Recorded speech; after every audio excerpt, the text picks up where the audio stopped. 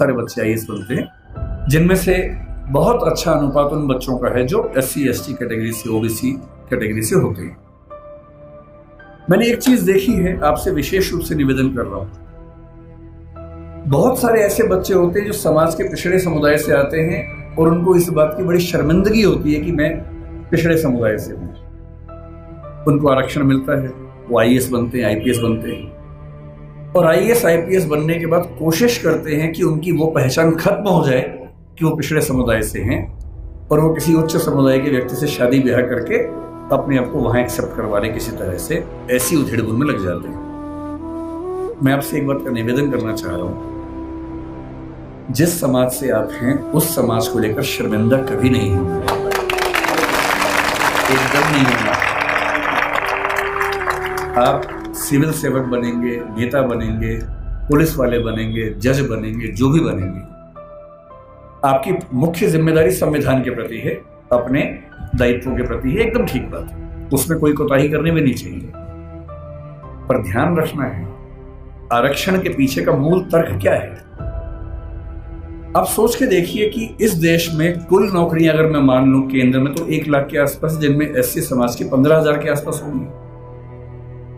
SC समाज की कुल आबादी अगर हम देखें, इस समय 16% से ऊपर आबादी है।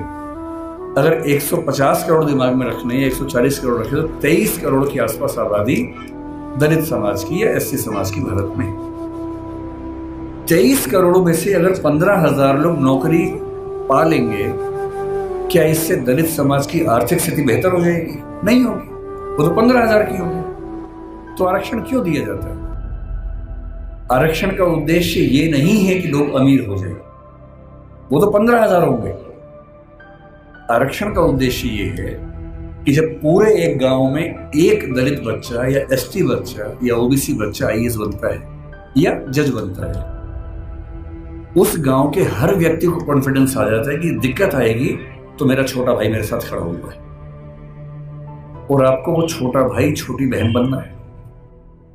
जिस दिन आप सफल हो जीवन में, आपके समाज ने बहुत आहुति दी है आपकी सफलता में और आप जिंदगी भर भी उनकी मदद करेंगे तो अपना उधार चुका नहीं पाएंगे। कोई ऐसा काम नहीं करना जो गैर कानूनी हो, जो असंवैधानिक हो, ऐसा नहीं करना है। अपनी नौकरी की हदों में रहना है, अपने नियमों का पालन करना है। लेकिन जैसे आप IAS बनेंगे, आपके परिवार में कोई संकट में होगा, आप उसकी हेल्प करेंगे। ठीक वैसे आपके समाज में कोई संकट में है, पुलिस यदि उसके साथ बदतमीजी कर रही है, गैर कानूनी कृत्य कर रही है, तो उस पुलिस को आप फोन करेंगे तो उसके साथ कुछ गलत नहीं होगा, ये आप पक्का कर सकते हैं। अंबेडकर साहब से सीखना चाहिए कि मैं जिस पृष्ठभूमि से हूं उस पर शर्माना नहीं है। अगर वो पीछे की स्थिति है तो उससे लड़ना है और अपने साथ साथ अपने पूरे समाज को मुख्य धारा में लाने के लिए टेढ़ी चोटी का जोर लगाना है। ये सीखना है। तो पहली बात सीखनी है पढ़ाई, दूसरी बात सीखनी है अपने समाज का साथ देना। पीछे कोई भी हट सकता है। जाति को लेकर कबीरदास ने बड़ी गहरी बात कही थी कि व्यक्ति की पहचान उसकी योग्यता से होनी चाहिए, मेहनत से होनी चाहिए। जाति में क्या रखा हुआ है?